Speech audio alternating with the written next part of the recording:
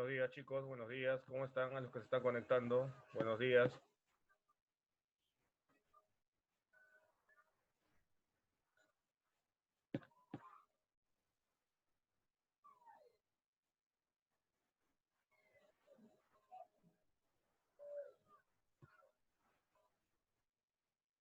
Buenos días, chicos, otra vez a todos. Buenos días. Bien, el tema de la clase de hoy es respiración celular. Es un tema bastante intenso, interesante. Nos va a permitir entender cómo es que a partir de las glucosas las células pueden obtener energía en forma de ATP, en forma de calor. Eh, como les digo, es un tema que también suele venir en los exámenes de admisión. Es bastante, es recurrente con respecto a este tema, las preguntas de la Universidad de San Marcos. Entonces hay que tenerlo muy en cuenta. Ya, chicos, también recuerden, la semana anterior hemos hecho fotosíntesis, hemos visto incluso las variantes de la fotosíntesis, y ahora complementamos esta semana con respiración celular, y estaríamos acabando el capítulo de bioenergética, ¿no? Que es fotosíntesis y respiración. ¿Ya, chicos? Entonces, creo que ya están conectados la mayoría. Bueno, hay 5 alumnos todavía. Ahí vamos a esperar un minuto más para ver que se conecten el resto. Muy bien. Ya, chicos, entonces, ya vamos a empezar con lo que es la respiración celular. Voy a maximizar la pantalla. Ahí está. Listo. Entonces, empecemos de una vez. ¿Ya, chicos? A ver. Buenos días a los que se están conectando. Buenos días a todos. Muy bien. Ya, vamos a empezar ahora sí. Vamos a hablar del tema de la respiración celular y vamos a entender lo siguiente. Vamos a ir de menos a más, ¿ya? Para entenderlo bien. Entonces, cuando mencionamos el término respiración, ¿qué significa respiración, no? Respirar, profe, viene de respirar, correcto. ¿Y respirar qué significa, no? Respirar significa intercambio de gases, intercambio de oxígeno por dióxido de carbono.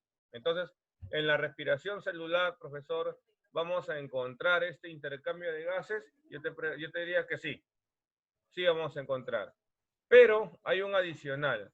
Si usted ve aquí en la imagen, por ejemplo, si vemos aquí en la imagen, vamos a darnos cuenta que este es, por ejemplo, lo que está delimitado por esta línea celeste o azul, es la célula, e internamente ahí está la mitocondria. Entonces estamos viendo que este proceso implica el ingreso de glucosa. Ingresa glucosa a la célula. Y esta glucosa, como puede ver aquí, está sufriendo una serie de reacciones químicas, una serie de transformaciones químicas, a través de las cuales, al final, o durante el proceso, se obtiene, fíjese bien aquí, lo vamos a amplificar un poquito, se obtiene este componente, ATP. Profe, ¿qué cosa era el ATP? Adenosín trifosfato. Es la moneda energética. Estamos, es la moneda energética. Es la molécula con la que las células pueden sobrevivir y luego cumplir sus funciones. Entonces, en el proceso de la respiración celular, estamos viendo que a partir de la glucosa, que es un glúcido, un monosacárido, se está obteniendo al final, ¿qué cosa? ATP. Se obtiene ATP, que es energía, para que la célula pueda sobrevivir. Pero digamos que no solo se obtiene energía, también, mire, de manera general, se libera como producto de excreción dióxido de carbono y también agua, también agua. Entonces, chicos, miren, lo que está sucediendo aquí es lo siguiente, que en la respiración celular, una molécula de glucosa va a convertirse finalmente en energía, en forma de ATP. Y para eso también se está liberando dióxido de carbono, se está formando agua, pero mire aquí, le hemos puesto esto que está acá, no son dos ojos, son dos átomos de oxígeno, es oxígeno molecular. Entonces, si queremos resumir la respiración celular y entenderlo mejor, diremos que la respiración celular es un proceso en el cual la glucosa, con presencia de oxígeno, profe, se transforma en ATP, que es energía, dióxido de carbono y agua. Entonces, eso es la respiración celular.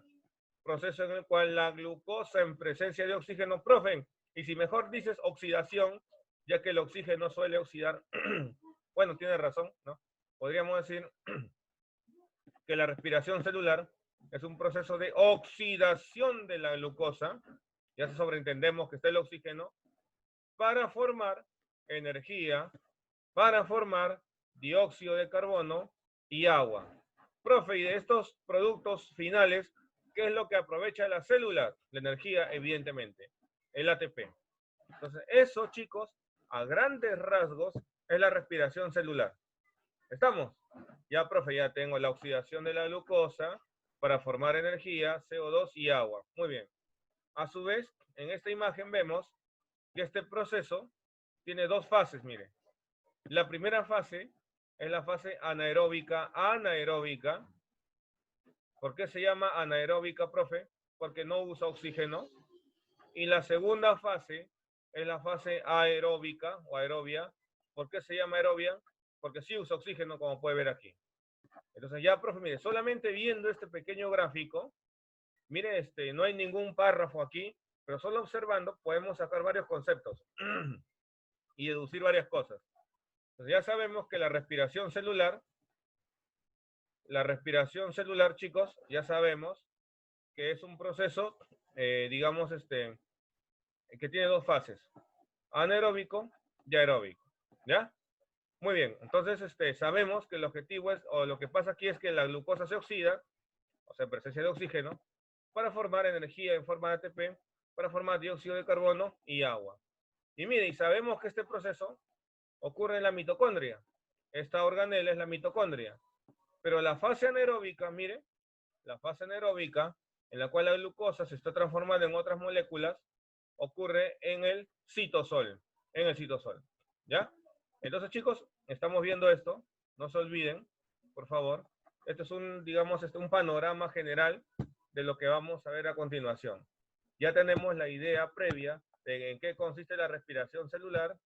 Ya sabemos que va a consistir o va a tener dos etapas o dos fases. Ya sabemos que se da en el citosol y en la mitocondria. O sea, ya tenemos varias cositas importantes. Ahora, acá he puesto algunas imágenes que también tienen que ver con el proceso. Profe, pero acá has puesto cerveza. ¿Qué tiene que ver la cerveza? Que la cerveza tiene alcohol etílico, el cual es formado por un proceso llamado fermentación. Vamos a ver en un rato que la fermentación alcohólica también pues tiene una base en la respiración celular. Pero, profe, también acá has puesto pan, ¿no? Profe, ¿y esos panes? Esos panes, chicos, son importantes en general, porque también ahí para usar el pan o para fabricar el pan se usa levadura. Las levaduras son hongos que van a fermentar también justamente el carbohidrato del trigo, del pan. Y el yogur también, pues, no es fermentado por bacterias. O sea que estos tres gráficos indican un proceso que se llama fermentación, que también vamos a verlo dentro de la respiración celular. O sea, con esta diapositiva estamos resumiendo lo que vamos a ver hoy día en la clase. Tanto los procesos de la respiración celular, mediante la cual la célula degrada u oxida la glucosa para formar energía en forma de ATP, dióxido de carbono y agua. Tanto esto como la fermentación. ¿De chicos? Muy bien. Ahora, me están comentando por interno, por el chat, dice, no envié la fotosíntesis. Sí, yo lo he subido en la plataforma virtual. Está la clase de fotosíntesis. Está en el área de lecciones, ¿ya?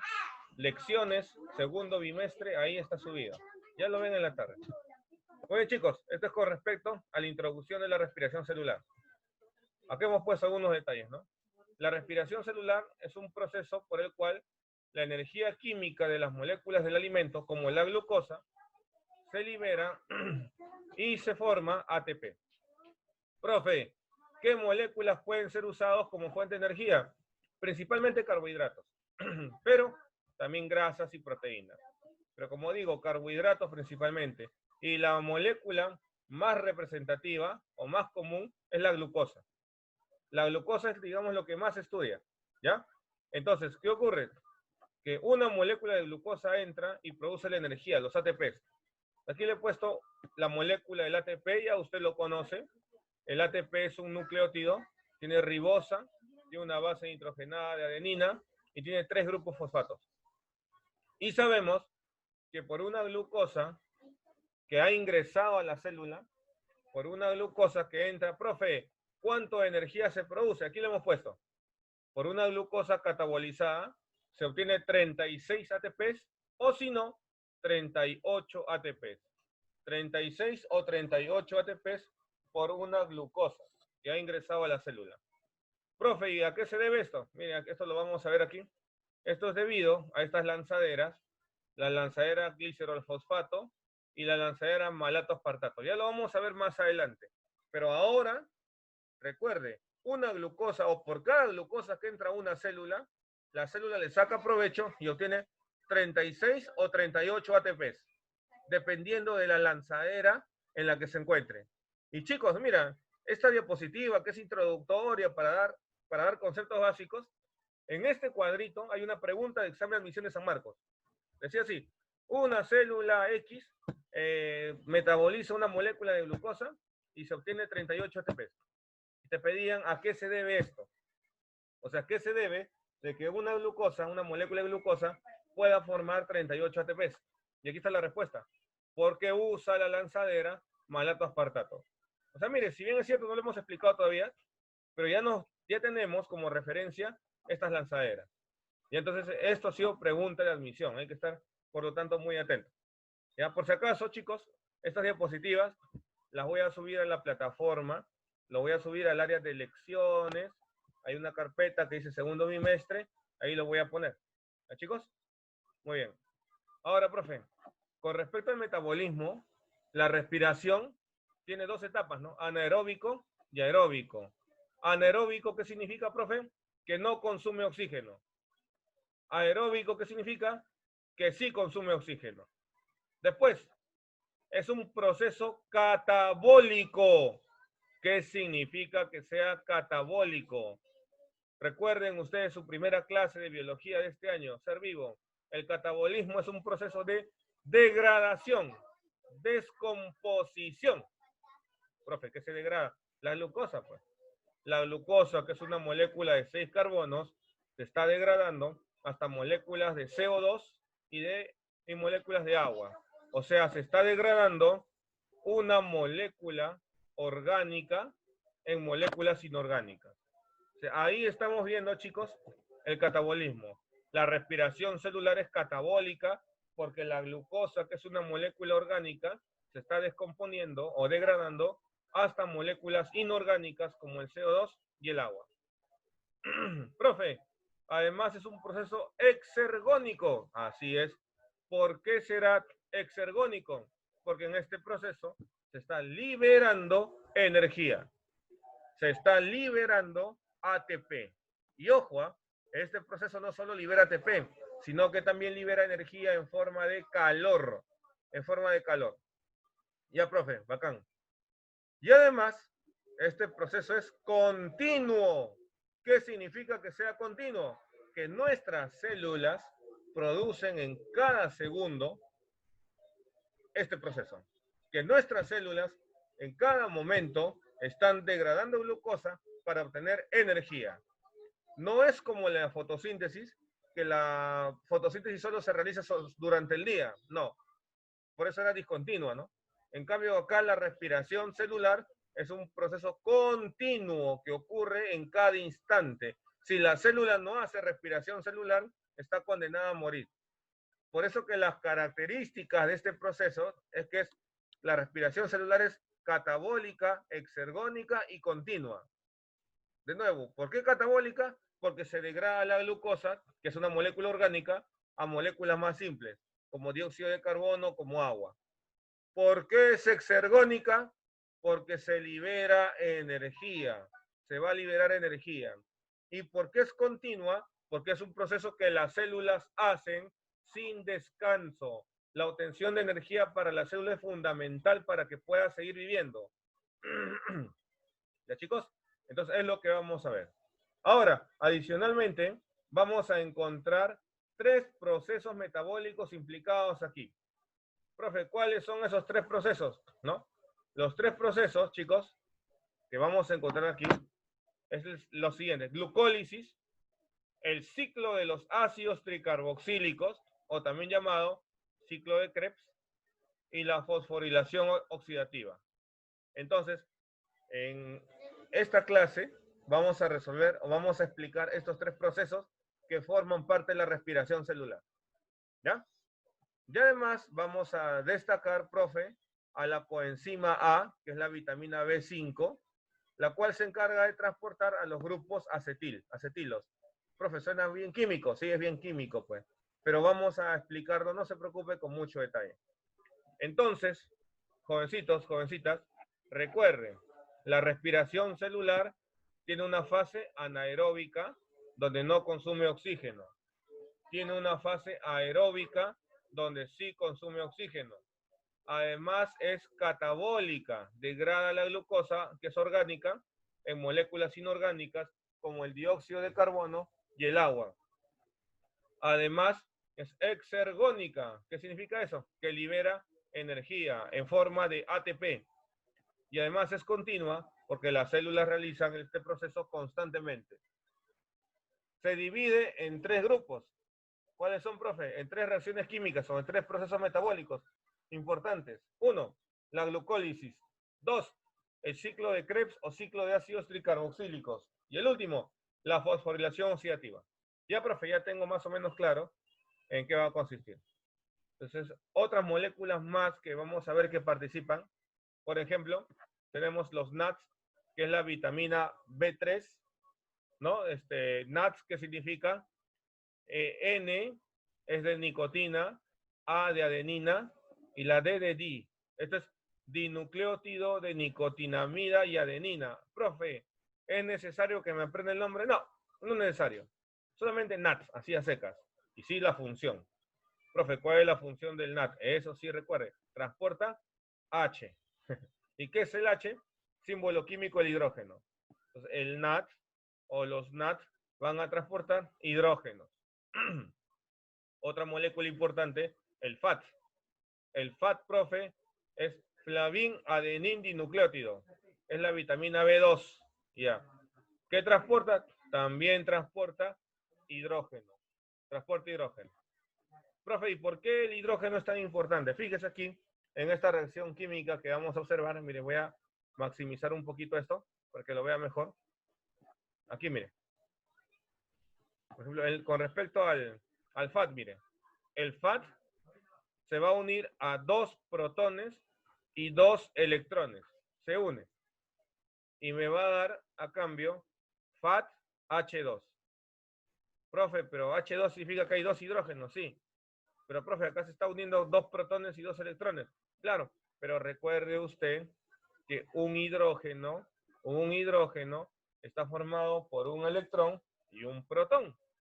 Como en este caso se están uniendo 2 protones y 2 electrones, esto es como si fuesen 2 hidrógenos. Por eso que el FAT está transportando 2 hidrógenos y se vuelve FADH2. Lo mismo ocurre con el NAT. El NAT también transporta hidrógenos y electrones. Solo que acá ha habido un pequeño lapsus. Se le ha puesto NADP, no debe ir NADP, solo debe ir así, NAT solito. Disculpen, chicos, no me había percatado de eso. Solo NAT solito. Porque recuerden que el NADP es de la fotosíntesis, ¿no es cierto? Es para la fotosíntesis. Para la respiración solo es NAT, nada más. Igual lo importante es que transporta hidrógenos. Y los hidrógenos, ¿por qué son importantes? Porque transportan electrones y protones. Entonces, ¿cuál es la importancia de los hidrógenos? Para estos casos, es que son la fuente de electrones y protones. Ya, profe, tengo el NAT, tengo el FAT, ya vi la coenzima A. Ahora veamos de manera general qué es lo que va a suceder en este proceso. Fíjese, la primera etapa de la respiración celular es la glucólisis o glicólisis, ahí está. ¿Qué ocurre ahí? La glucosa se va a volver piruvato, la glucosa. Es la primera etapa. Ya, profe. Luego, ese piruvato que se obtiene tiene dos caminos. Puede irse, digamos, por la vía aeróbica, donde va a usar oxígeno, o puede irse por la vía anaeróbica, donde no usa oxígeno. Para la mayor producción de energía, se usa esta vía, la aeróbica, la que usa oxígeno. Y es lo que vamos a estudiar prioritariamente ahora. ¿Ya? El piruvato entonces, profe, ¿qué va a ocurrir, no? Va por la vía aeróbica, usa el oxígeno, y ese piruvato luego se convierte en esta molécula de acetilcoenzima A. Luego esta acetilcoenzima A entra al ciclo de Krebs, o el ciclo del ácido cítrico. En este proceso libera CO2, libera un poquito de ATP, pero libera sobre todo electrones y protones, que van a estimular la producción de ATP. Mire, de nuevo, profe, ¿cómo? A ver, con calma. La primera etapa de la respiración celular es la glucólisis, en la cual la glucosa se vuelve piruvato.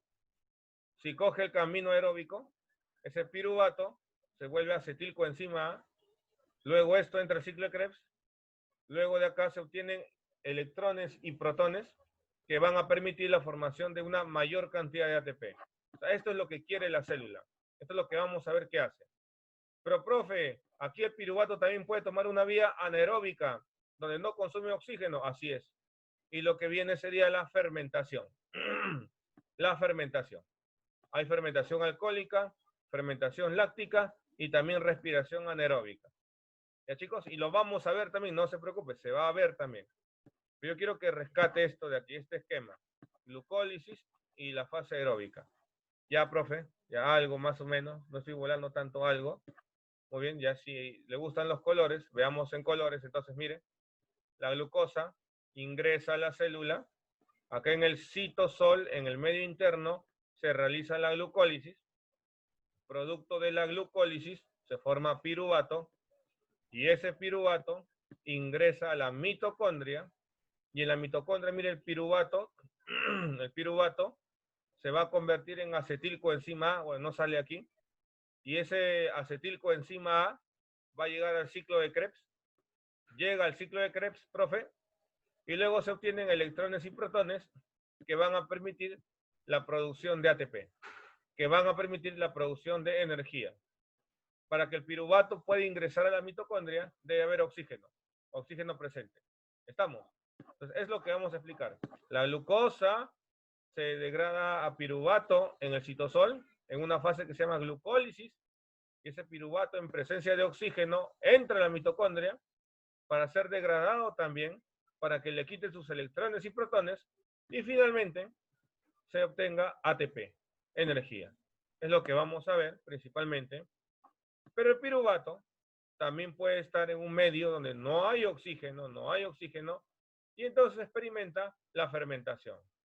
Producto de la fermentación puede producir lactato, puede producir alcohol también. Ya lo veremos. Ya, chicos, ya lo veremos. Pues básicamente este es el resumen de todo. ¿Estamos bien? ¿Está claro? Más o menos, profe, ¿están entendiendo? ¿Sí? Entonces lo importante es que usted recuerde que la glucosa se va a volver en ATP. Eso es lo importante. En dos etapas, ¿no? En una etapa anaeróbica y en una etapa aeróbica. Eso es lo que vamos a ver. Muy bien, continuemos. Ahora, profe, ¿dónde se localizan estos procesos? ¿Dónde ocurren? Ya miren, la primera etapa, o sea, la glucólisis, ocurre en el citoplasma. Ocurre en el citoplasma, específicamente en el citosol. En el citosol. Acá está, en el citoplasma o en el citosol. La segunda etapa, que es la fase aeróbica, porque hay oxígeno presente, va a ocurrir aquí, en la mitocondria. Y de la mitocondria vamos a rescatar dos sitios. Miren, ustedes ven aquí que la mitocondria, sabemos todos que es una organela semiautónoma con doble membrana. La membrana interna, mire usted, se interioriza. La membrana interna se va a interiorizar y va a formar, chicos, chicas, ¿qué es lo que está formando? Una cresta. Son crestas mitocondriales. O sea, niños, la membrana interna de la mitocondria está formando crestas mitocondriales. Ese es un lugar importante. Y el otro lugar importante de la mitocondria es el medio interno de la mitocondria.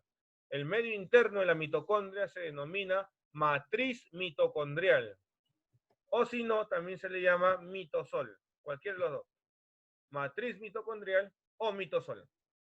Entonces, nos ubicamos, miren. La primera etapa, la glucólisis, se da en el citoplasma, en el citosol. Las otras dos etapas, tanto el ciclo de Krebs como la fosforilación oxidativa, ocurren dentro de la mitocondria.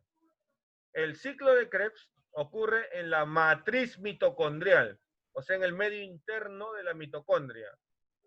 Y la fosforilación oxidativa ocurre en las crestas mitocondriales. ¿Ya, chicos? Eso hay que recordar. Entonces, ubicación, al toque. Allá, profe, la glucólisis en el citoplasma, en el citosol. El ciclo de Krebs, allá, profe, en la matriz mitocondrial, medio interno de la mitocondria. Fosforilación oxidativa, en las crestas mitocondriales. Eso, chicos, hay que preguntar. Hace no mucho, la Universidad Nacional Federico Villarreal preguntó dónde se lleva a cabo el ciclo de Krebs, ¿no? Una pregunta, examen de admisión. ¿En dónde se lleva a cabo el ciclo de Krebs? En la matriz mitocondrial, también llamada mitosol. Muy bien, ya tenemos los lugares. Entonces, ahí está la mitocondria, lo que le explicaba, organela con doble membrana, semiautónoma, ya lo sabemos ya por qué semiautónoma, muy bien, y acá se dan las reacciones aeróbicas, o sea, con utilización de oxígeno. Esto que se ve aquí, estas interiorizaciones de la membrana interna de la mitocondria, representa la cresta mitocondrial, como lo puede observar.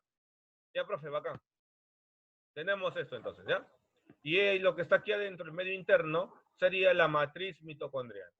La cresta y la matriz, el medio interno. En la cresta se da la fosforilación oxidativa y en la matriz mitocondrial el ciclo de Krebs, o también llamado ciclo de los ácidos tricarboxílicos. Ya, profe. Ahora sí, empecemos con las etapas. La primera etapa es la glucólisis, también llamada la vía de Embden-Meyerhof, por si acaso. Profe, ¿por qué se le llama vía de Embden-Meyerhof? En honor a dos científicos o dos bioquímicos que lograron pues descubrir cómo se da todo este proceso. ¿Ya? Vía de Embden-Meyerhof. Como ocurre en el citosol, también se le llama etapa citosólica. Aquí está. Ocurre en el citoplasma, en el citosol, ya lo sabemos. No utiliza oxígeno. Ojo, no usa oxígeno. Eso es lo que tiene que recordar. Ya, profe.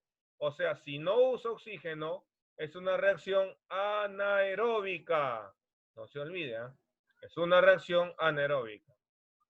Profe, ¿y en qué consiste? Mire aquí. La glucosa, que tiene 6 carbonos, finalmente va a ser degradada en 2 moléculas de 3 carbonos, como ve aquí. Mire, el esquemita nos lo explica bien.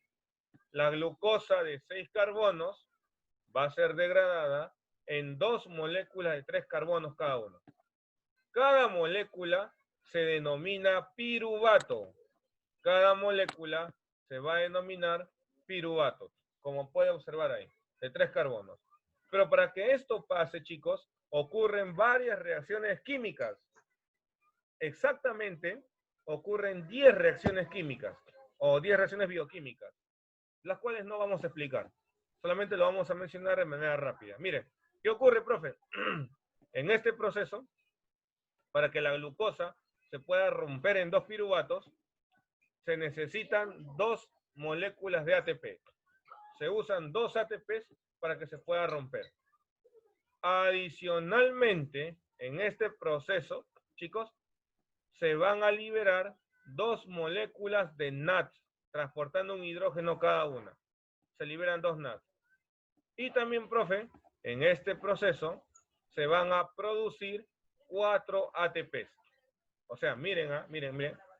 En este proceso en el cual la glucosa se está transformando o degradando a 2 piruvatos, se están produciendo 2 ATPs, se están liberando, se están usando 2 ATPs, se están produciendo 2 NADH y también se están produciendo 4 ATPs. Entonces, ¿qué es lo que le van a preguntar? ¿Qué es lo que debo recordar? Juguemos un ratito con los ATPs. Vamos a hacer una resta. Miren, en la primera etapa se usan 2 ATPs y casi al final se producen 4 ATPs. Yo le quiero preguntar, entonces, ¿cuánto es la ganancia neta de ATPs? Si usted produce 4 y usa 2, entonces, ¿cuántos ATPs de ganancia le está dejando la glucólisis?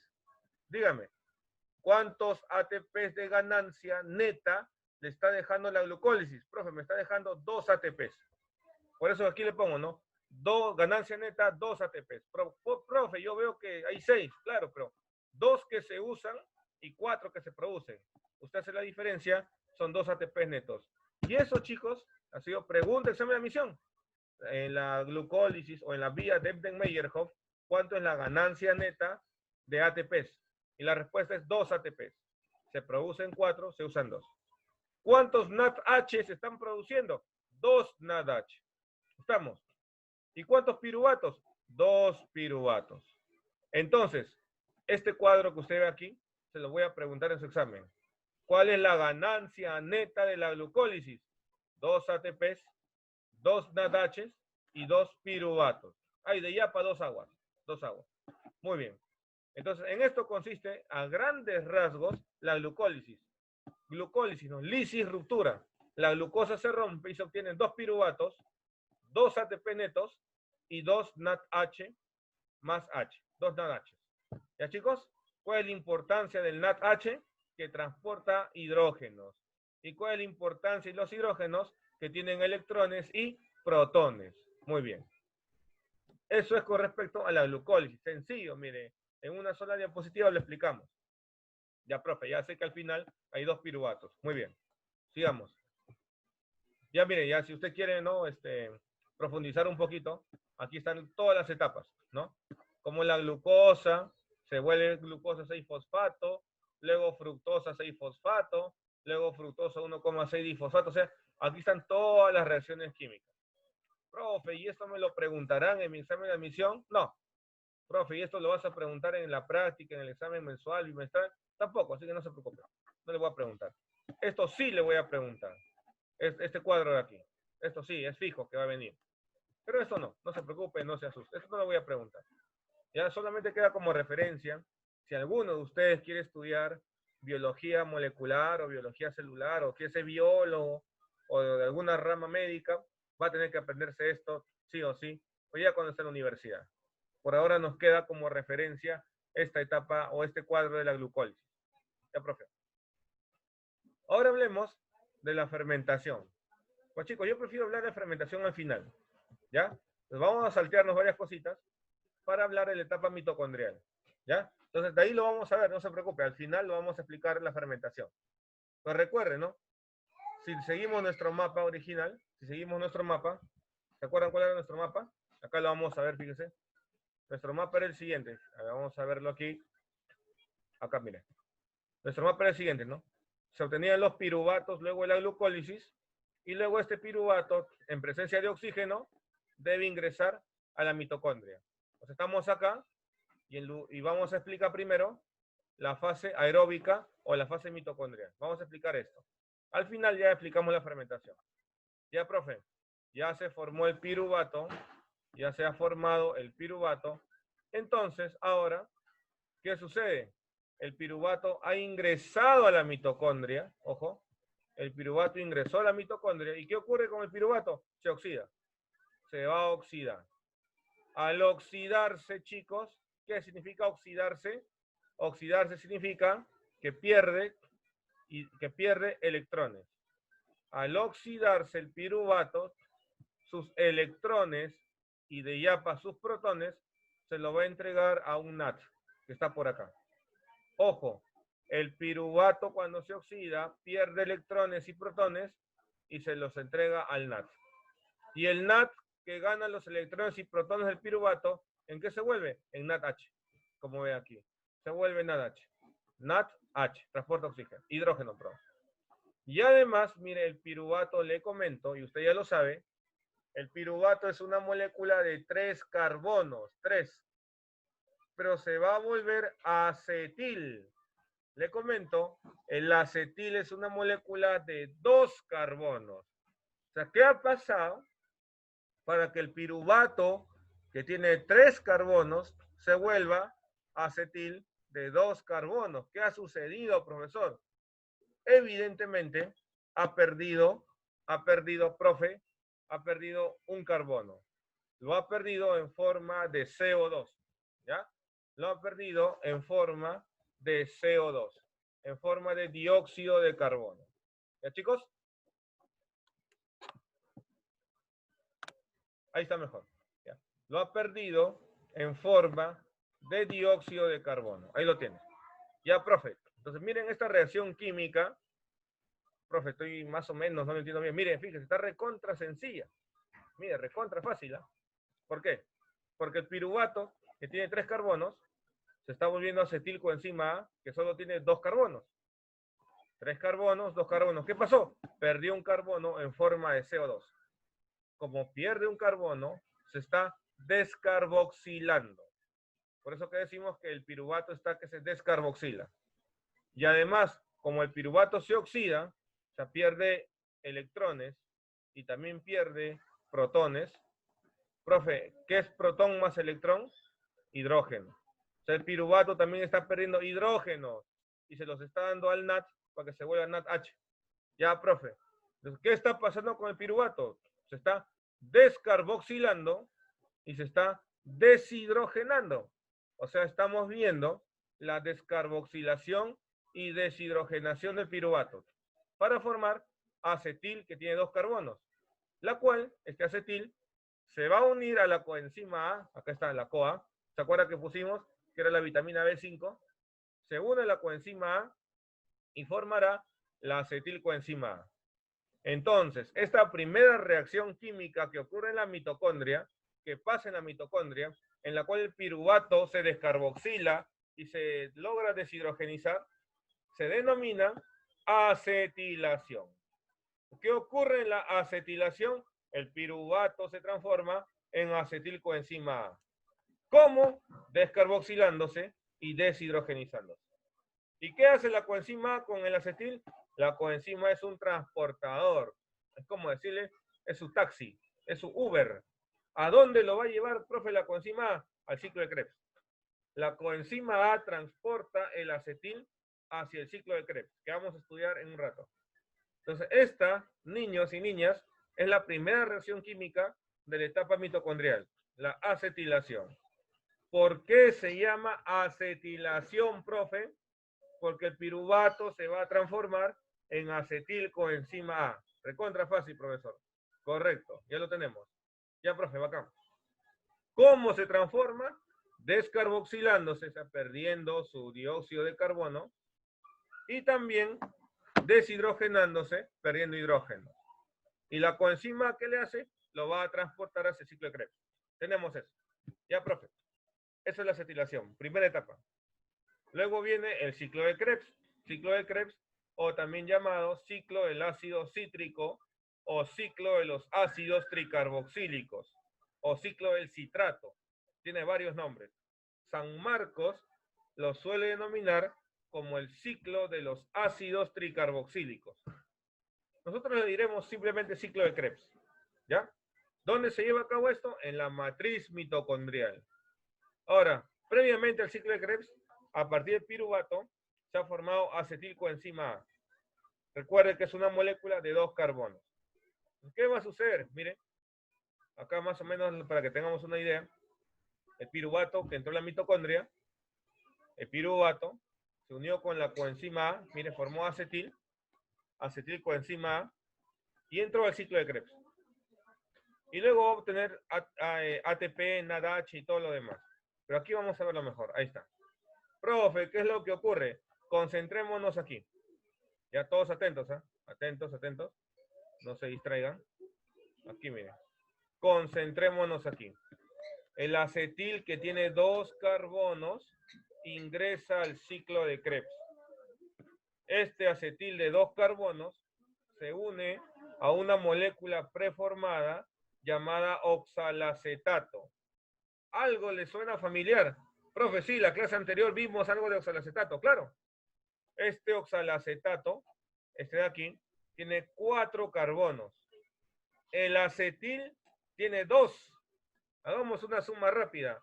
2 carbonos del acetil más 4 carbonos del oxalacetato nos va a dar una molécula de 6 carbonos. 6 carbonos. ¿Cómo se llama esa molécula? Aquí está. Citrato. Citrato. Ese citrato se transforma en isocitrato, como ve aquí. El isocitrato, miren, se descarboxila y se deshidrogena, libera un NADH y se vuelve alfa-cetoglutarato, que ahora tiene 5 carbonos. Ese alfa-cetoglutarato, miren, de 5 carbonos, se descarboxila, o sea, pierde un carbono y se vuelve a deshidrogenizar, o sea, forma otro NADH y se transforma en succinilcoenzima A, que tiene 4 carbonos. Este succinilcoenzima A se transforma en succinato, pero para eso libera una molécula o produce una molécula de GTP, que es energía. El succinato se vuelve fumarato, 4 carbonos. Para eso pierde hidrógeno en forma de FATH2. El fumarato se vuelve malato y el malato se vuelve a deshidrogenizar, libera un NADH para obtener oxalacetato de 4 carbonos, que se unirá al acetil y el ciclo se mantendrá. Su profe. Es el ciclo de Krebs. Profe, ¿será necesario que me aprenda todas las reacciones químicas del ciclo de Krebs? No se asuste, no es necesario. No es necesario. Lo que sí tienes que aprenderte son los productos finales del ciclo de Krebs. Eso sí hay que aprenderlo. ¿Ya, chicos? ¿Qué es lo que se obtiene? Miren, acá viendo. 2CO2, ahí está, 2CO2. Un ATP, aquí miren, fíjense, un ATP. 3 NADH, 1, 2, 3, 3 NADH. Y un FADH2. Ya está, y un FADH2. Eso es lo que se obtiene. Eso sí, apréndaselo, por favor. Yo no le voy a preguntar cómo se forma el citrato, no le voy a preguntar cómo se forma el fumarato. Le voy a preguntar cuáles son los productos finales del ciclo de los ácidos tricarboxílicos por cada acetil o acetilo que ingresa. Ahí sí, 2CO2, un ATP, 3 NADH2 o 3 NADH más H y un FADH2. Eso sí tiene que responder. ¿Estamos? Ya, profe. Bacán. Entonces, de esas moléculas que se han obtenido, ¿cuáles son las más importantes, profe? Las más importantes que vamos a ver son estas dos. El NADH y el FADH2. Profe, y el ATP, claro, también, pero las más importantes son estas dos. ¿Por qué? ¿Quién me dice? Yo le digo. ¿Sabe por qué? Porque transportan hidrógenos. Y los hidrógenos tienen electrones y protones. O sea, estas moléculas son importantes porque están transportando electrones y protones. Electrones y protones. Y si usted recuerda algo de la clase anterior, habíamos visto que del flujo de electrones y protones se sintetizaba una mayor cantidad de ATP. Entonces, lo que nos importa del ciclo de Krebs son los NADH2 o los NADH y los FADH2. ¿Por qué? Porque están transportando electrones y protones. ¿Ya, chicos? Lo anterior, esto de aquí es digamos, el esquema, mire, de qué pasa con el piruvato cuando entra a la mitocondria. El piruvato entra a la mitocondria, se une con la coenzima A, se forma acetilcoenzima A, luego se une al ciclo de Krebs, y en el producto del ciclo de Krebs se tienen, mire, 3 NADH, un ATP y un FADH2. Y claro, 2 moléculas CO2. 3 NADH, un ATP, un FADH2 y 2 CO2. O sea, esto es lo que se obtiene al final. Ya, chicos, no se olviden de estos productos finales que ya hemos mencionado. Ya, profe. Y no se olvide también que acá, esta primera etapa, en la que el piruvato se vuelve acetilcoenzima A, se denomina acetilación. Y también ocurre, ¿dónde? En la matriz mitocondrial. La acetilación también ocurre en la matriz mitocondrial. Y aquí se obtiene un NADH. Un NADH. Ya, profe, bacán, ya lo tengo más o menos claro. Entonces, niños, por favor, no quiero que se castiguen, no quiero que se autocastiguen intentando aprenderse todo el ciclo de Krebs. Ojo, eso no es importante, por lo menos a nivel preuniversitario no es importante. Lo importante son los productos que se obtienen. Esto sí. Y de esto, los NADH y los FADH porque llevan electrones y protones. ¿Estamos?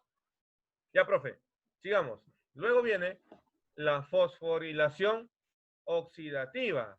Pero ya del tema fosforilación algo sabemos, porque en la clase anterior habíamos mencionado que era fosforilación. Profe, sí, dijimos que la fotofosforilación en fotosíntesis era la síntesis de ATP, correcto. Era un proceso en el cual la enzima ATPasa le daba un fosfato a una molécula de ADP y la transformaba en ATP.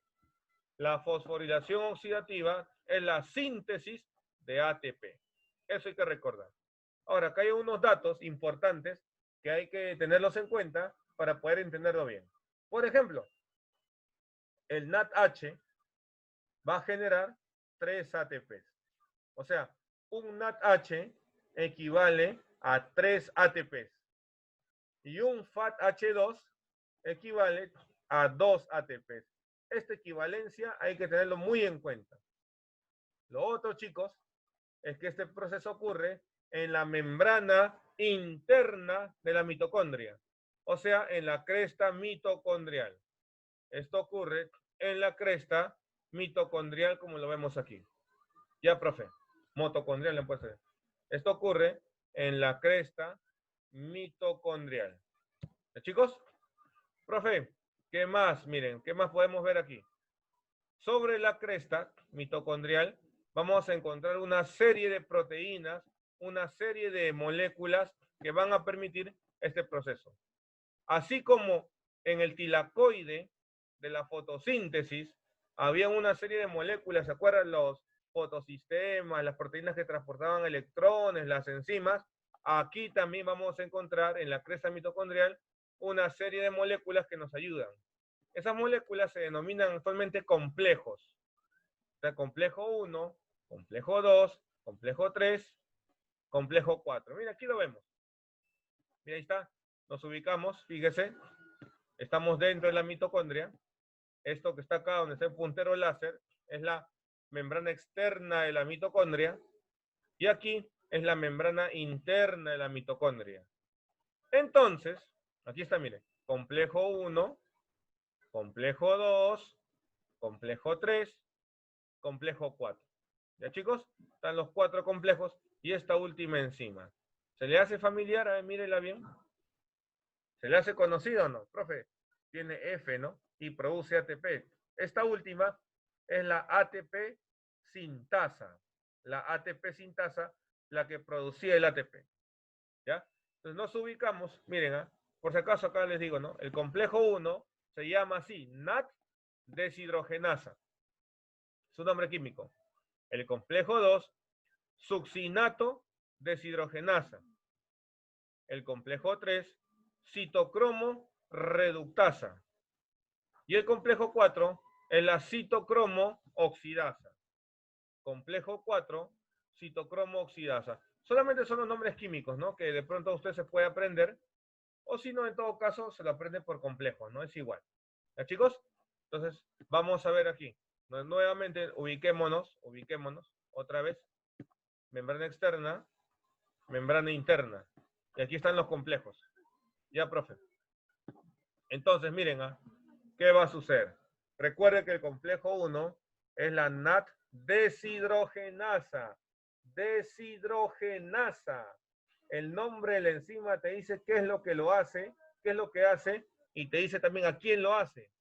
Es NAT deshidrogenasa. ¿Qué va a hacer? Le va a quitar los hidrógenos a los NAT. Entonces, miren, los NADH que están llegando al complejo 1, este complejo 1 le quita los hidrógenos, le quita. Y al quitarle los hidrógenos, el NADH, que venía con sus hidrógenos, miren que se vuelve en NAD otra vez. Otra vez se vuelve en NAD, el solito. ¿Ya? Ya, profe, se volvió en NAD. Pero como le quitó los hidrógenos, si usted recuerda, los hidrógenos tienen electrones y tienen protones. Electrones y protones. Entonces, mire, siga la flecha celeste. La flecha celeste, profe, ¿es para quién? Es para los electrones. Entonces, los electrones, chicos, que vienen de los hidrógenos del NAD, por ejemplo, van del complejo 1 al complejo 2. Recuerda que el complejo 2, luego van al complejo 3, luego al complejo 4. El complejo 4, recuerde, que es la citocromo oxidasa. Acá está, si es que no se acuerdan, aquí le hemos apuntado en la diapositiva anterior. Complejo 4 es la citocromo oxidasa. Ya, profe. Mira, la flechita azul, o celeste, perdón, es de electrones. Entonces, los electrones provenientes de los hidrógenos del NADH van a llegar finalmente al complejo 4. El complejo 4, que es la citocromo oxidasa, le va a entregar esos electrones a quién, profe, mire, a este átomo, al oxígeno, perdón, a esa molécula, perdón. La citocromo oxidasa le entrega los electrones al oxígeno. Y el oxígeno no le entrega los electrones a nadie más. Él se queda con los electrones para siempre. Por eso es que el oxígeno es considerado como el aceptor final de electrones. Es considerado como el último aceptor de electrones, el oxígeno. ¿Ya, chicos? El oxígeno. Y esto que está aquí en el cuadrito ha sido pregunta de examen de San Marcos. Varias veces lo ha preguntado. No se olvide, la citocromo oxidasa le entrega los electrones al oxígeno, constituyéndose el oxígeno como el aceptor final de electrones. Pregunta, a ver, usted que domina la química, ¿por qué el oxígeno ya no le entrega los electrones a ninguna otra molécula? ¿Por qué se los queda definitivamente y no se los pasa o no se los devuelve de repente al complejo 4? ¿A qué se debe eso? Eso se debe a una propiedad que se llama octeto o la regla del octeto. Recuerde, el oxígeno tiene 6 electrones en su último nivel de energía. Solo le faltan 2 para lograr la estabilidad. Justo esos 2 electrones se lo entrega a la citocromo oxidasa. Y entonces el oxígeno se estabiliza. Al estabilizarse, entonces ya no necesita entregarle pues los electrones a nadie más. ¿De, chicos? Entonces por eso vamos a decir, y así pregunta de admisión, que el oxígeno es el aceptor final de electrones. Ya, profe. Chicos, lo mismo pasa con el FADH2. La diferencia es que el FADH2 no llega al complejo 1, sino que llega al complejo 2. Nada más. Y el FADH2 deja sus electrones al complejo 2. E igualito van a llegar al oxígeno. Ya, profe. Profe, pero cuando dejan sus hidrógenos, no solo dejan electrones, así es. También, ¿qué dejan, profe? Dejan protones. Y los protones van a entrar aquí, a este espacio, a esta zona, a este espacio que está entre las dos membranas, a este espacio, donde está el puntero láser, miren, los protones se empiezan a acumular. Igualito que en la fase luminosa de la fotosíntesis. Se acumulan. Se generan un montón de protones aquí. Muchos protones, demasiados protones. Se genera una gradiente química. ¿Se acuerdan? Y encima, los protones tienen carga positiva. Usted sabe, ¿no? Positivo con positivo. Se atraen o se repelen. Son signos iguales, ¿no? Están en constante repulsión. O sea, aquí hay un montón de protones, encima todos positivos, todos apretados y todos en repulsión. Ellos quieren salir, profe, por algún lugar. Están desesperados por salir. ¿Logran salir? Sí. ¿Por dónde salen? Por esta molécula de aquí. Esta molécula, recuerden, era la ATP sintasa. Entonces los protones que están acá, miren, salen bruscamente, disparadamente. Al salir los protones, ¿qué ocurre? Se activa esta molécula y produce un ATP. Ojo, ojo, miren. Salen los protones y la molécula se activa y produce un ATP. Un ATP. ¿Cómo se genera el ATP? Fácil, ¿no? La enzima le da un fosfato al ADP, adenosindifosfato, lo fosforila y se genera el ATP. Se genera la energía que estábamos buscando. Se ha generado la energía que buscábamos. Esta energía, este ATP, para que se genere, ¿de qué ha dependido? Del flujo de protones. Ha dependido de la salida de los protones. Salió el protón, se formó el ATP. Pero, profe, para que el protón pueda salir, chicos, les diré algo. Para que el protón pueda salir, los electrones tienen que llegar al oxígeno. O sea, hay una condición ahí. O sea, sale un protón o un par de protones siempre y cuando los electrones lleguen al oxígeno. Si el electrón no llega al oxígeno, el protón no sale. Eso, niños, niñas, nos hace deducir que para la producción de ATP es importantísimo el flujo de electrones y el flujo de protones. Un par de electrones llega al oxígeno, sale un protón y se genera un ATP. Y esos electrones y protones, ¿quién los trae? El NADH2 y el FADH2. ¿Estamos? ¿Y de dónde viene el NAD y FADH2? Del ciclo de Krebs. Pero también vienen de la acetilación y también vendrán luego de la glucólisis. Ya lo veremos luego. Entonces, niños, niñas, miren, le explicamos de nuevo. Esto es muy similar a la fase luminosa. ¿Qué ocurre, profe? Acá en el complejo 1, el NADH deja sus hidrógenos, los cuales se dividen en electrones y en protones. Los electrones son transportados por estas proteínas, por estos complejos, hasta la citocromo oxidasa. La citocromo oxidasa le entrega los electrones al oxígeno. El oxígeno se queda con los electrones, no se los entrega a nadie más. Es el último aceptor de electrones. Ya, profe. Pasa ello y los protones, profe, que se estaban acumulando aquí en el espacio entre las membranas, van a salir. Un par de electrones llega al oxígeno, un par de protones sale.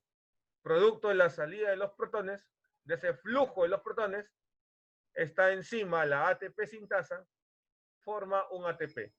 Fosforila al ADP y forma un ATP. Entonces la formación de ATP está en función del flujo de protones y del flujo de electrones. Entonces, mientras mayor cantidad de NADH y FADH se formen, una mayor cantidad de ATP se va a formar. Profe, ¿y qué pasa con los protones que han salido? Igualito que en la fase luminosa, ¿no? Los protones que salen vuelven a entrar. A la célula le conviene tener más protones aquí para que haya más gradiente y salgan más rápido y produzcan más ATP. La mayoría de protones vuelven a ingresar. Pero como usted sabe, no todos ingresan. Los que no ingresan se unen al oxígeno y ¿qué forman? Agua. Formarán agua. El agua metabólica. ¿Ya, chicos? Entonces, eso es lo que vamos a ver respecto a la fosforilación oxidativa. Ya con respecto a la fosforilación oxidativa, entonces, vamos a ver que la producción de ATPs está en función, niños, de justamente el flujo de electrones y de protones. ¿Ya, chicos? ¿Estamos bien? Lo que viene a continuación ya es prácticamente vamos a ver las claves. Saquen su compendio, por favor. Hay que ubicarnos. Aunque todavía hay tiempo, Todavía hay tiempo para hacer un pequeño repaso. Muy bien. Ya, chicos. Miren, producto de la respiración celular. Ya, esto de repente es un poquito complejo, no hay problema. Acá, guiémonos aquí. Por cada glucosa que entra a la célula, se obtienen 36 o 38 ATP. Está resaltado en negrita para que usted lo pueda entender mejor. Rendimiento total, 36 o 38 ATPs.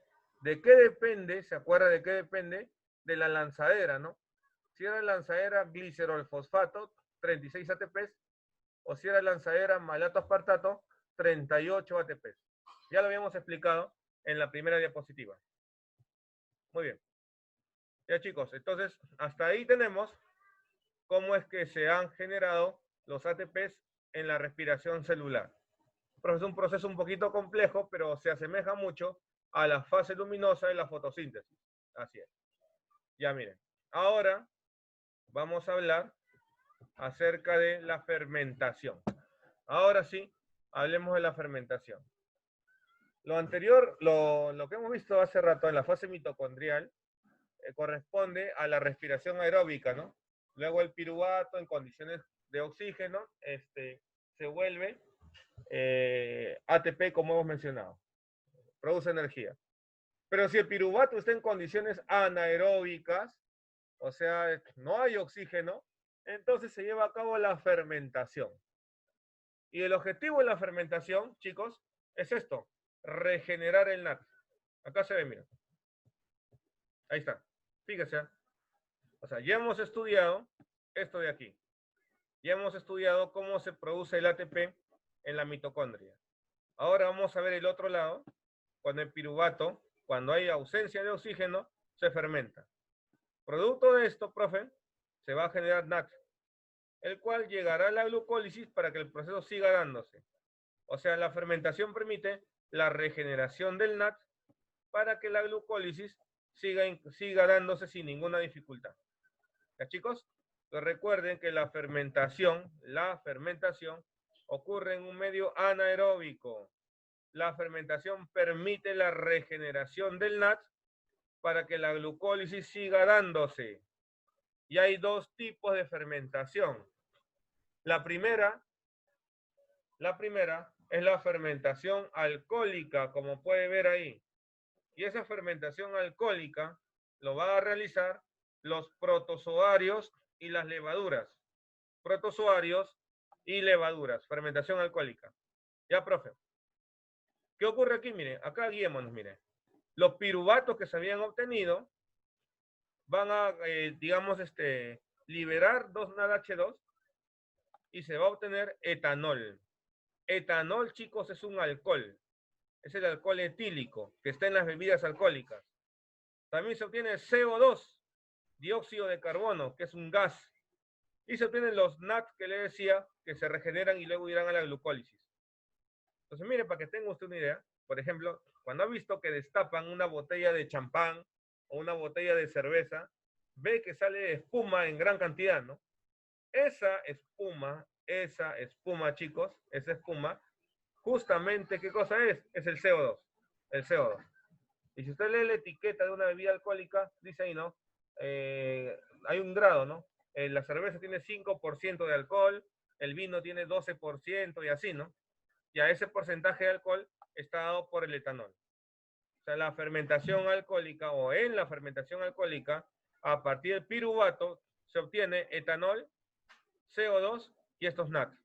Estos NAT van a ir a la glucólisis para regenerarla o para que se sigan manteniendo. Profe, ¿quién hace este tipo de fermentación? Protozoarios y levaduras. Por eso que usted habrá escuchado antiguamente, había una marca de cerveza que hablaba de un famoso lúpulo, ¿no? De la cerveza. En realidad es una levadura que fermenta la cebada, los glúcidos de la cebada, para producir el alcohol. Chicos, esa es fermentación alcohólica, no se olvide. Acá está la levadura, pregunta de admisión, las Saccharomyces cerevisiae, así se llama.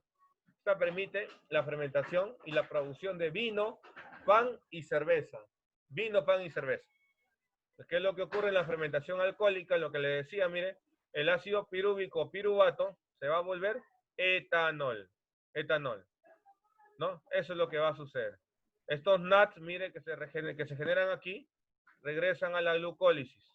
Entonces, lo que quiero que recuerde es que en la fermentación alcohólica se obtiene alcohol etílico o etanol y también dióxido de carbono. Ya, profe.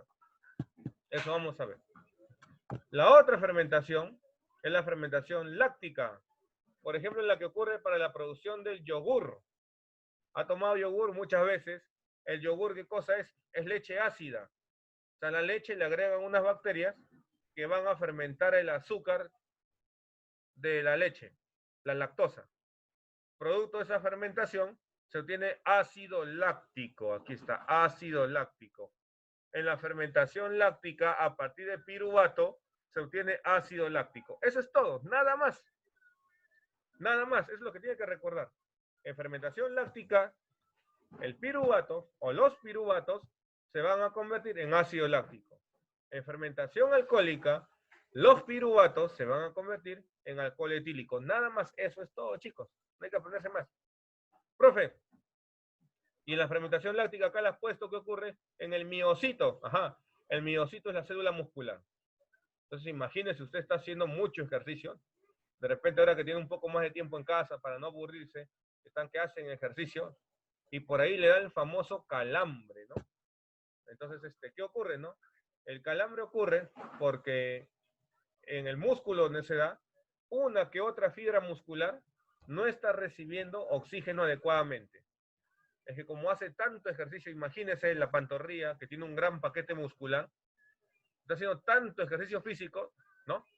Que de pronto necesita tanto oxígeno que no la respiración que usted tiene, a pesar que está agitado por la actividad que está haciendo, no, digamos, logra satisfacer la necesidad de oxígeno de ese músculo. Entonces, algunas fibras de ese músculo se quedan sin oxígeno. Y donde se quedan sin oxígeno, en esas fibras donde se quedan sin oxígeno, ahí se va a acumular el ácido láctico. Y ese ácido láctico acumulado en la fibra muscular es la que genera el famoso calambre. ¿Ya? Es la que genera el famoso calambre. Y duele, ¿no es cierto? Genera dolor. Claro, profe. Exacto. Pero ese dolor o esa sensación incómoda no se queda ahí todo el día o varios días. Si no, profe, eso pasa. ¿Sabe por qué pasa? Porque nuestro cuerpo tiene un mecanismo para hacer que esto no pase. Miren, aquí lo explicamos. Aquí está bien. Esto sucede. Aquí está el músculo, miren, por ejemplo. Estamos viendo acá un paquete muscular. Usted está haciendo un montón de ejercicio. Entonces no le llega el oxígeno al 100% al músculo. Y miren, de repente esta fibra de acá al medio, aquí no llega oxígeno, miren. Y acá se forma el lactato. Ese lactato que está formándose acá es el que causa el calambre o la fatiga muscular. Lactato o ácido láctico es lo mismo. Ese lactato, niños y niñas, ese lactato, nuestro cuerpo, ¿qué hace? Lo saca del músculo. Lo lleva a través de la sangre. ¿Hacia dónde? Hacia el hígado. O sea, el lactato va a ser retirado del músculo y llevado al hígado. Profe, ¿para qué al hígado? Para que el hígado lo transforme en piruvato. Y de piruvato lo transforme en glucosa. Lo vuelve glucosa. Y luego el hígado, esa glucosa, lo regresa a través de la sangre hacia el músculo. ¿Para qué, profe? Para reactivar la respiración celular. ¿Estamos?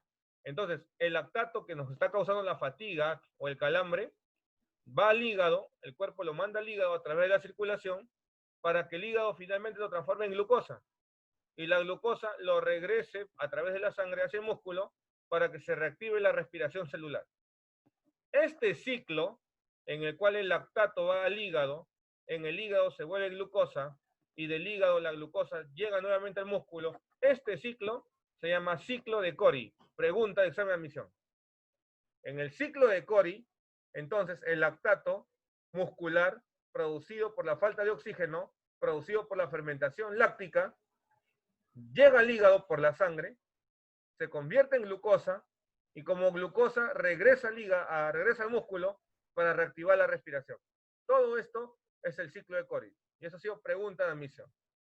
Chicos, ahora miren, los que de repente practican alguna actividad deportiva o sus compañeros que de repente juegan fulbito o jugaban antes, ¿no? Una vez por semana o 2 veces por semana, saben que cuando una persona está calambrada, pueden hacer 2 cosas para ayudarlo. Pueden estirar la zona del músculo o si no, pueden frotar la zona muscular donde se encuentra justamente la fatiga o el calambre. Al frotar, chicos, se genera calor, evidentemente. Ese calor hace que los vasos sanguíneos aumenten de grosor, hace vasodilatación. Por lo tanto, los vasos sanguíneos se llevan más rápido el lactato, más rápido. Y por lo tanto, la sensación de calambre o fatiga disminuye rápidamente. Por eso que cuando usted ve que un jugador de fútbol está ya acalambrado, viene otro y le soba, le frota la zona que está acalambrada y rápidamente el dolor o la molestia va a pasar. ¿No? Usted también está haciendo, de pronto le da un calambre, le pasa algo, reconoce que es un calambre por fatiga muscular Usted se frota esa zona y va a ver que rápidamente eso va a pasar. ¿Por qué? Porque al frotarlo hace vasodilatación, hace que más rápido la sangre se lleve el lactato al hígado y el ciclo de Cori se dé con mayor intensidad. Entonces, esto es el ciclo de Cori, pregunta, examen de admisión, hay que tenerlo muy en cuenta. ¿Ya, chicos? Y otra cosa más, para zanjar este tema. El calambre muscular, chicos, o la fatiga, no solo va a ocurrir, ojo, no solo ocurre por extenuación física, ¿no? Por exceso de ejercicio, por falta de oxígeno. Puede ocurrir también por problemas nutricionales, por si acaso, por ahí me están preguntando. Puede ocurrir por falta de calcio, o puede ocurrir también por alteración en los electrolitos, como el potasio, por ejemplo. O calcio, potasio, su disminución también puede causar calambres constantemente. Por eso que es necesario implementar una dieta, un régimen alimenticio específico si es que usted tiene esos calambres muy seguido. Evidentemente no es para nada normal. ¿Ya, chicos? Ahora, otro dato más que quiero que recuerden y está escrito acá. Miren aquí. Los eritrocitos, ¿qué son eritrocitos, niños y niñas? Los glóbulos rojos, ojo, los glóbulos rojos carecen de mitocondrias. Los glóbulos rojos no tienen mitocondria. Recuerde, los glóbulos rojos de los mamíferos, incluyendo al humano, no tienen ni núcleo ni organelas. Ojo, ojo, otra vez repito. Los glóbulos rojos de los mamíferos, que incluyen al ser humano, no tienen ni núcleo ni organelas, no tienen mitocondria. Por lo tanto, profe, ¿cómo es que el glóbulo rojo produce energía? Debido a que el glóbulo rojo necesita energía para cumplir una función importantísima, que es transportar los gases respiratorios, que es transportar el oxígeno. El glóbulo rojo hace fermentación láctica.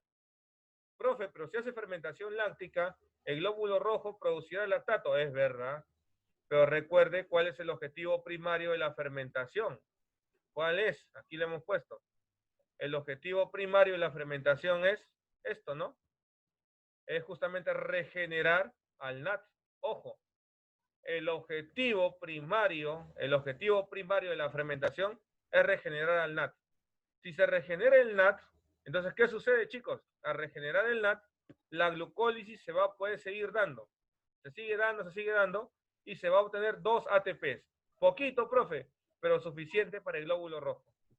Entonces, los glóbulos rojos obtienen su energía principalmente debido a la fermentación láctica, debido a que realizan fermentación láctica. Y esto ha sido pregunta de admisión. ¿Por qué, profe? Porque los glóbulos rojos no tienen ni núcleo ni mitocondria, sobre todo. ¿Ya? No se olviden, hay una pregunta en tu boletín también, en tu compendio, que hablan de cómo los eritrocitos obtienen su energía. Fermentación láctica. Muy bien, chicos, ahí está el ciclo de Cori, que lo hemos explicado. Ya lo tenemos. Prácticamente todo. ¿Ya? Pues hasta ahí, luego vendría a resolver las preguntas. Hasta ahí, chicos, pueden realizar preguntas a través del chat. Algo que no esté claro, algo que quieran que vuelva a explicar. Ahí les vamos a dar unos minutos para que se expresen por el chat. Y entonces yo les despejaré la duda o la consulta que tengan. ¿Ya, chicos? A ver, los escucho. Los leo, perdón, los leo.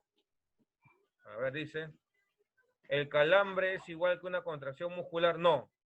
No, una contracción muscular, Leonardo, tú que me preguntas eso, una contracción muscular es un proceso fisiológico, es algo normal. Es más, nuestros músculos se encuentran en todo momento en estado de semicontracción, normal. Es algo fisiológico, algo sano. Pero el calambre que estamos hablando es producido por falta de oxígeno y porque se produce ácido láctico. Es patológico, ¿no? Es algo malo, ¿no? Entonces, no es lo mismo. Ahora, tal vez tú te estés refiriendo a una contractura muscular, ¿no? Que es otra cosa, ¿no? Una contractura muscular, profe, de repente he estado haciendo ejercicio, ¿no? Mucho ejercicio y al día siguiente amanezco con los músculos adoloridos. ¿Por qué? Porque se han contracturado, porque no ha hecho bien el ejercicio, no ha calentado previamente. Y entonces el músculo, al ser expuesto a tanta actividad, se inflama. Que al inflamarse, profe, genera el dolor, ¿ya? Eso es una contractura muscular, que no, digamos que es un proceso diferente a lo que hemos estado hablando. Bien, otra pregunta, algo más. ¿Algo más? Otra pregunta, chicos, chicas. ¿Todo bien? ¿Todo claro? ¿Sí? Muy bien. No se olviden que las diapositivas las voy a subir a la plataforma por la tarde y la grabación de la clase que estamos viendo, así de la pantalla, también lo voy a subir, ya será en la noche, chicos, porque como es casi hora y media de clase, se demora en subir, ¿no? Al YouTube. Y como son varias clases, varias aulas que hoy día...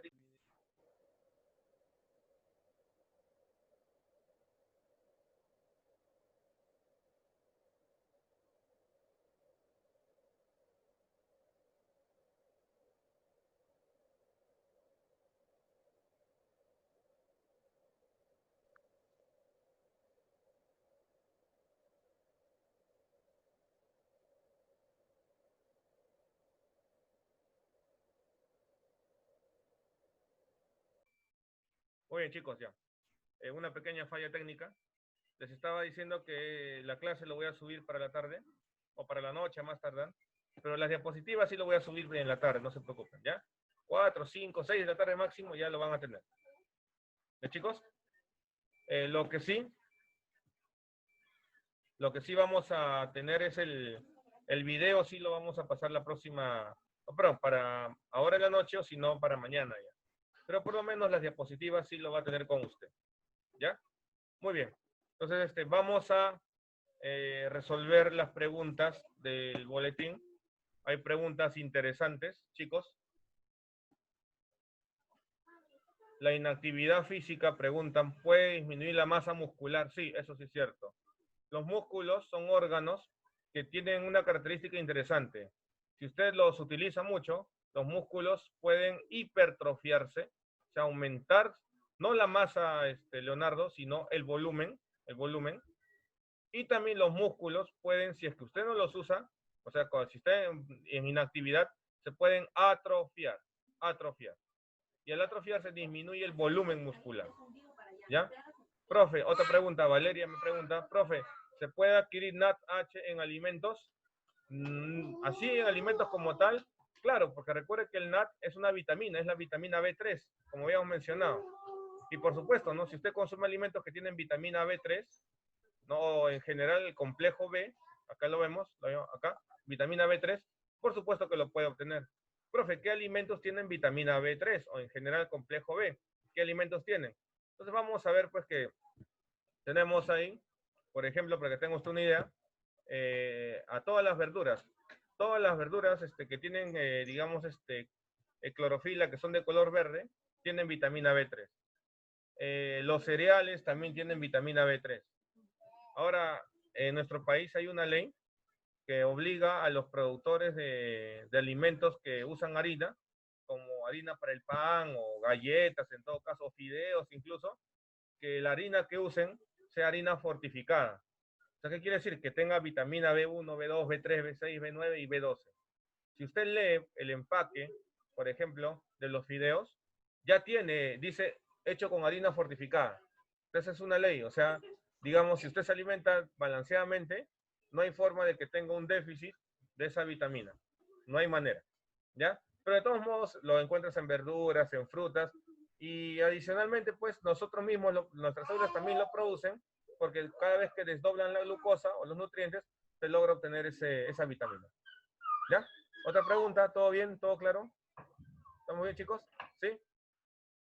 Muy bien, entonces sigamos a ver, vamos a ver la práctica, saquen su boletín, por favor. ¿Todos tienen el boletín con ustedes?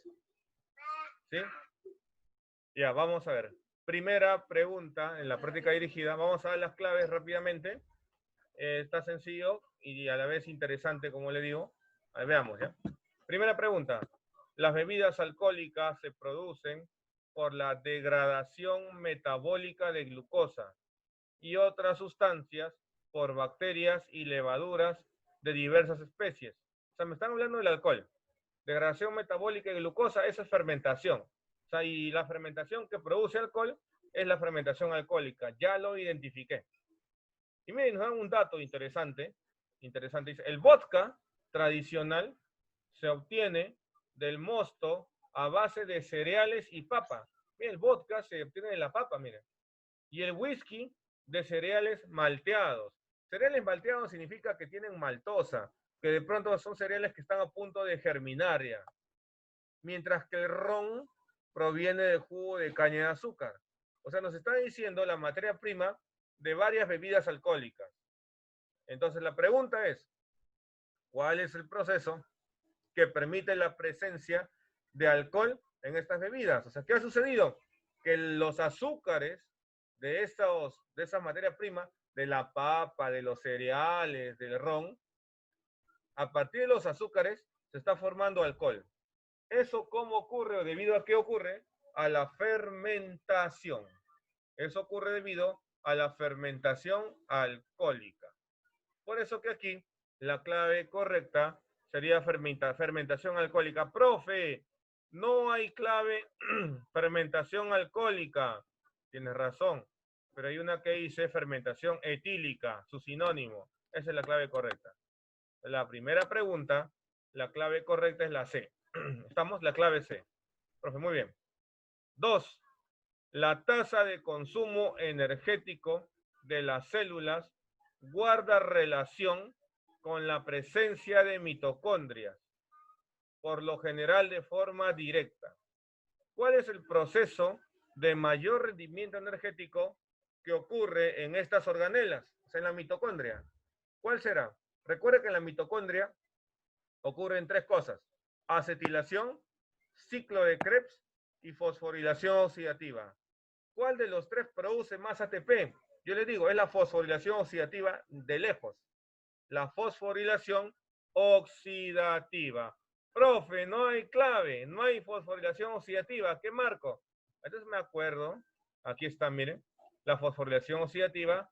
¿Y qué ocurre? Que la producción de ATP dependía del flujo de electrones y protones. A esto también se le llama cadena transportadora de electrones. Entonces, mi clave sería la clave, a ver, no hay, profe, cadena respiratoria o cadena transportadora de electrones. Sería la clave la D de dedo. Ya, profe, sigamos. Dice, hay un texto, ¿no? El oxígeno que usan las células es transportado en la sangre unido a la hemoglobina presente en el citoplasma de los eritrocitos.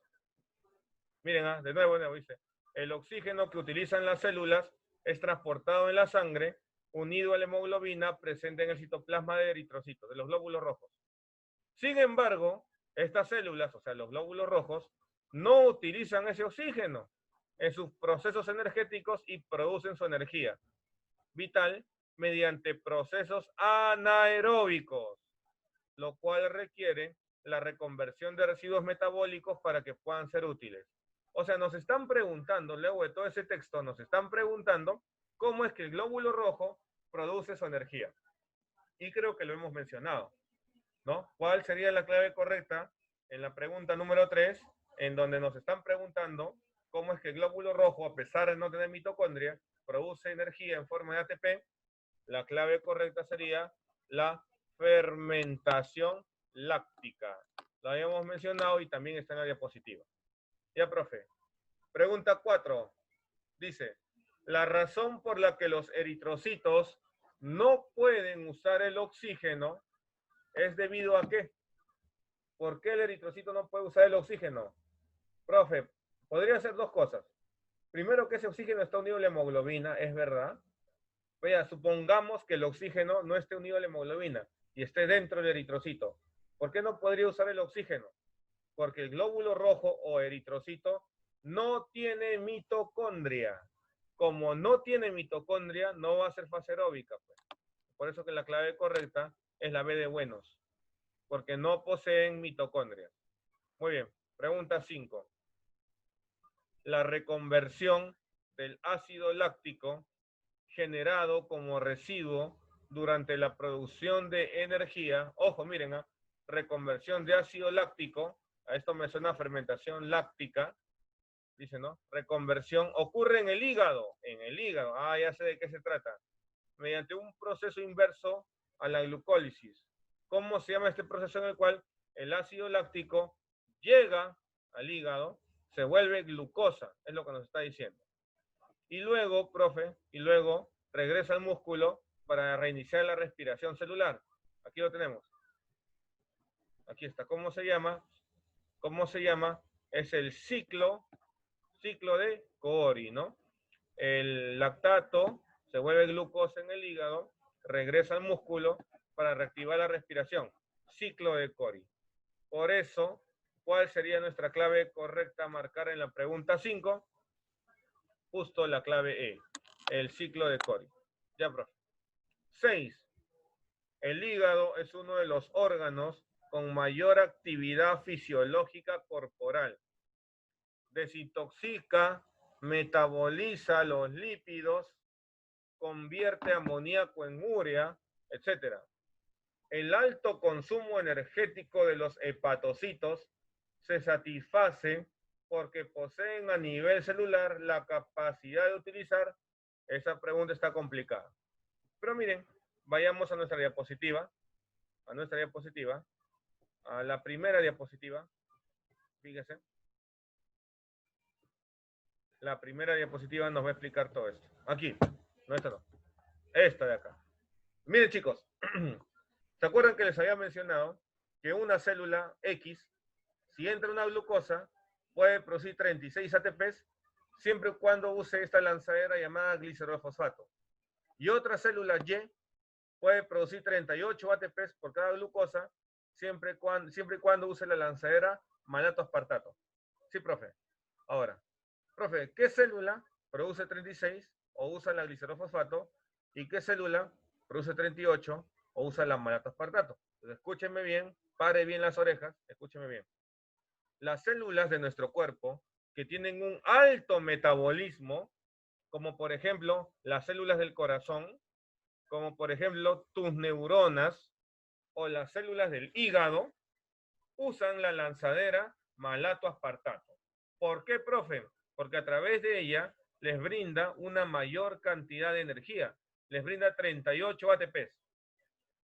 En cambio, las células que tienen una actividad metabólica normal, de repente no tan exigente o exigida, usan la vía de la lanzadera glicerol-fosfato, donde solo producen 36 ATPs. Entonces, chicos, apúntenlo si gustan. La lanzadera malato-aspartato, ojo, en la que se producen 38 ATPs, la lanzadera malato-aspartato se encuentra en células con una alta tasa metabólica. O sea, ya apunten, ¿no? La lanzadera malato-aspartato, que produce 38 ATPs, se encuentra en células con una alta tasa metabólica. Ejemplo, las células cardíacas. Pon ahí músculo cardíaco. Músculo cardíaco. Nunca descansa, tu corazón late en cada segundo. Incluso durmiendo el corazón sigue latiendo. Entonces necesita mucha energía. Por eso que usa la lanzadera malato aspartato. Tus neuronas también se encuentran en actividad todo el día, incluso cuando duermes. También necesitan un alto requerimiento de ATP. Por eso que usan la lanzadera malato aspartato. Y también las células del hígado. A las células del hígado se les llama hepatocitos, por si acaso. También utilizan esta lanzadera malato aspartato. ¿Ya, chicos? Entonces ahí tenemos la aclaración. Entonces, ¿qué células usan la lanzadera malato aspartato? Las que tienen alta actividad metabólica. O sea, las que requieren producir mucha energía. ¿Cuáles son? Neuronas, el músculo cardíaco y hepatocitos o células del hígado. Por lo tanto, ¿cuál sería la respuesta? Aquí, ¿no? La respuesta en la pregunta 6, ¿cuál sería? La lanzadera malato, ¿no? Las células del hígado necesitan y usan mucha energía y eso se explica porque usan la lanzadera malato aspartato. La clave C. 7.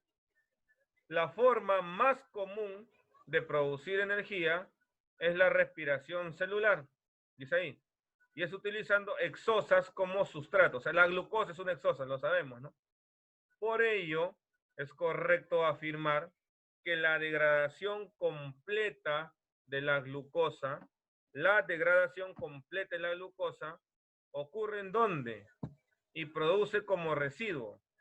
Recuerden, chicos, que la glucosa se degrada totalmente en la mitocondria.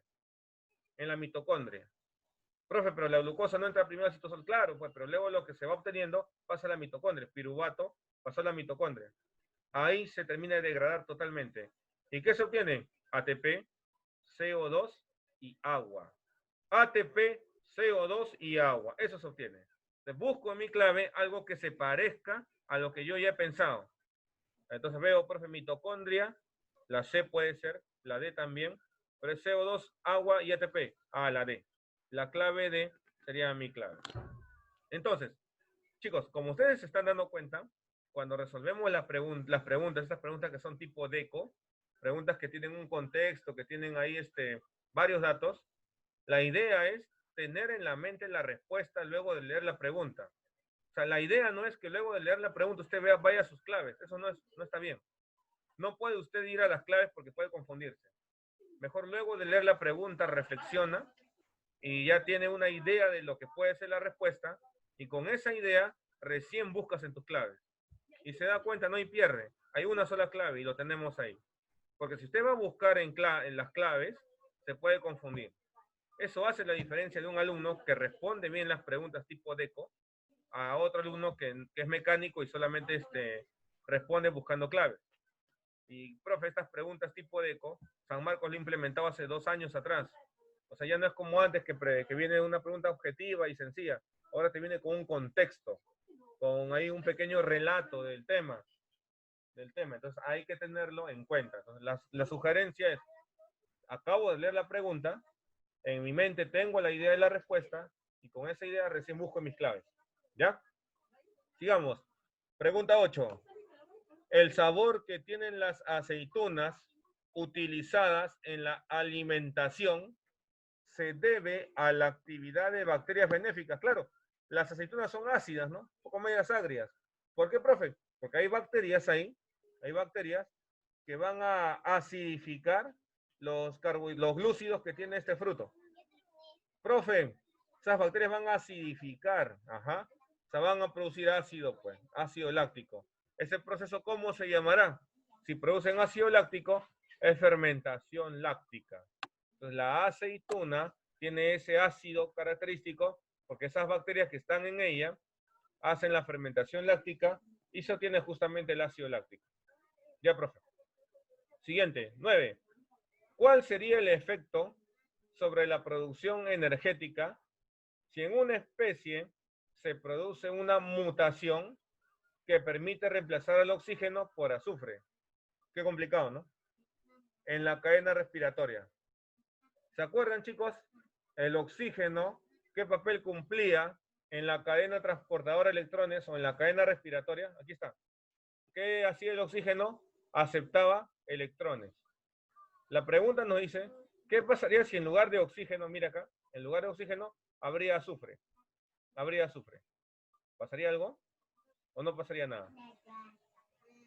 Chicos, el oxígeno que está aquí va a permitir luego la formación de agua.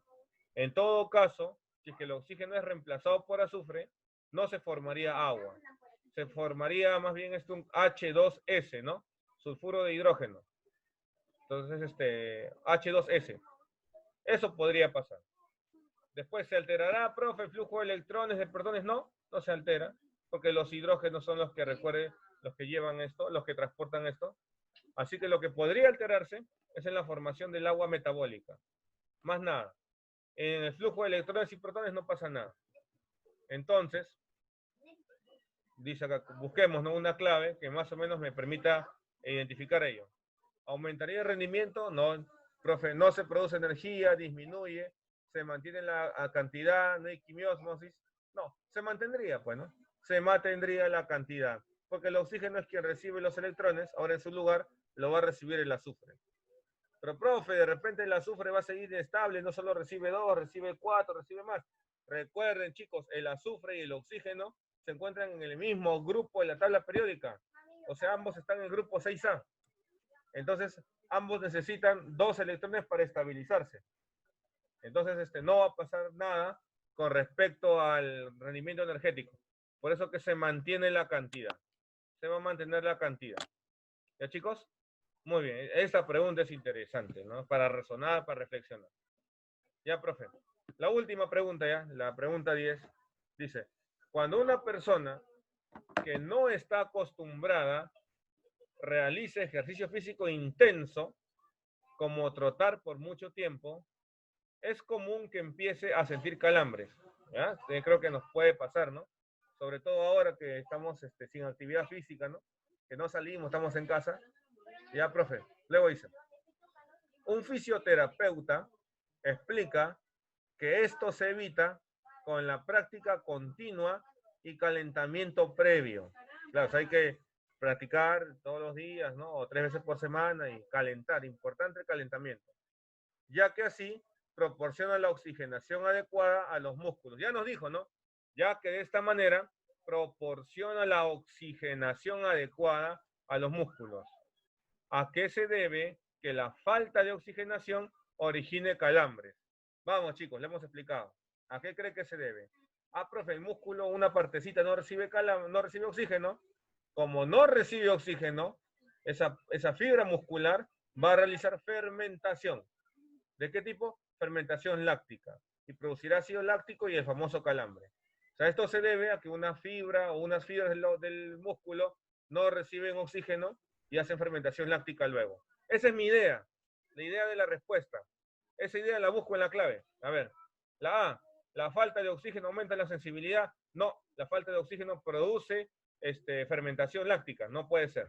La B, el músculo en hipoxia realiza fermentación. Esa es, bueno, hipoxia es poco oxígeno. Esa puede ser, ¿eh? Esa puede ser. La C, los músculos en hipoxia son más rígidos. Sí, pero no es el mecanismo, no es la explicación. La explicación es que haya fermentación. D, el oxígeno aumenta la circulación sanguínea. No, no tiene que ver. E, el oxígeno interviene en la contracción muscular. Claro que interviene, pero digamos para este proceso del calambre no tiene nada que ver. Entonces, la clave más adecuada sería la B de buenos. La B de buenos. El músculo en hipoxia, o sea, en poquito oxígeno, o en ausencia de oxígeno, realiza fermentación láctica para ser más exactos. ¿Ya, chicos? Entonces con esto terminamos la clase de hoy. Les agradezco por la atención. Sé que es un tema complejo, chicos. He tratado de simplificarlo para que se asimile lo más importante, lo que ha venido en los exámenes de admisión o lo que puede venir. Como les vuelvo a decir, la clase, el video y las diapositivas lo voy a subir por la tarde y el video sí en la noche, chicos, porque se demora en cargar y son 3 salones que tengo que dictar y se demora en subir. Ya no les quiero engañar que en la tarde va a estar, en la noche. Y no se olviden de hacer la tarea. La tarea es la práctica domiciliaria, por si acaso. ¿Ya? ¿Cómo van a hacer? Igual algo como he hecho yo aquí. Marca usted sus claves, le toma foto y me lo manda al correo. ¿Ya? Me lo manda al correo electrónico. A mi correo electrónico, ustedes tienen el directorio de todos los correos de todos los profes. Lo mandan como máximo hasta el martes. Martes a las 6 de la tarde. Ojo, me está quedando grabado. Como máximo el martes a las 6 de la tarde recibo sus tareas. No me lo envíe el mismo miércoles o el jueves, no me lo envíe. Si es el de una semana anterior, no le voy a calificar. Profe, le envío hoy mismo, ya envíe, si hoy mismo lo hace, me lo envía, no hay problema. Profe, de repente hay una pregunta que no me salió, no entendí en la práctica, le pido que me expliquen a través del Gmail, profe, la pregunta 6, por ejemplo, no le encontré clave o no le entiendo, y no se preocupe, yo le voy a responder y le voy a explicar. ¿Ya? La cuestión es que usted trabaje, refresque este concepto, vea el video, lea por su cuenta para entenderlo bien.